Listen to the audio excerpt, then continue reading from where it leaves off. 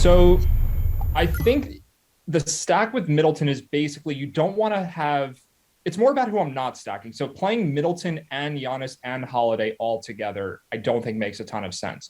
What I probably want to do with Middleton and captain is pick one of those two guys and then probably play Booker and only one of Paul and Ayton. So it's really hard to make a lineup where you use five of the six studs in this series. I think four may even be a little hard to fit because we'll get to it later. The value plays are just so condensed and there just aren't really value plays at this point. The prices have come up on all the cheap guys. So if I have to call it a stack, I'll say it's Middleton with Holiday, with Booker, and maybe with Ayton. And I'm not really that interested in Chris Paul for this game because of ownership. Not that he can't be great. It's so I guess if you want to call that a stack, I guess that's fine. But those two from each side are my top two plays. All right, Nick, what do you think?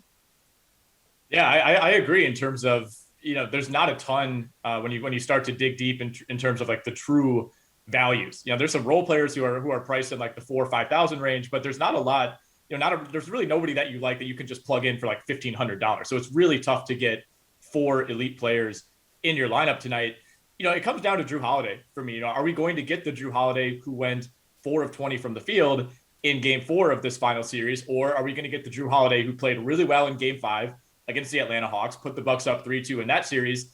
And then, we were kind of having these same questions of which Jrue Holiday are we going to get? He's been going back and forth all playoffs. It was the same story in round 2 against Brooklyn, where he'd have a great game and then he'd be terrible the next night.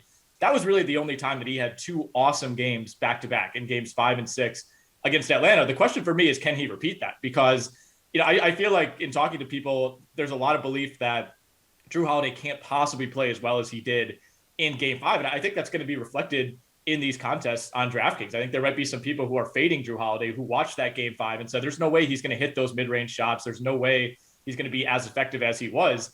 If he is, I think that's maybe the guy that you can stack with Giannis or you can stack with Middleton if he's your captain and be a little bit different, which sounds kind of crazy to say because Jrue Holiday is, arguably the second or third best player on the Bucks. But with the way that he's vacillated in terms of production game to game, I think there is a chance that there's a decent amount of people who fade him tonight.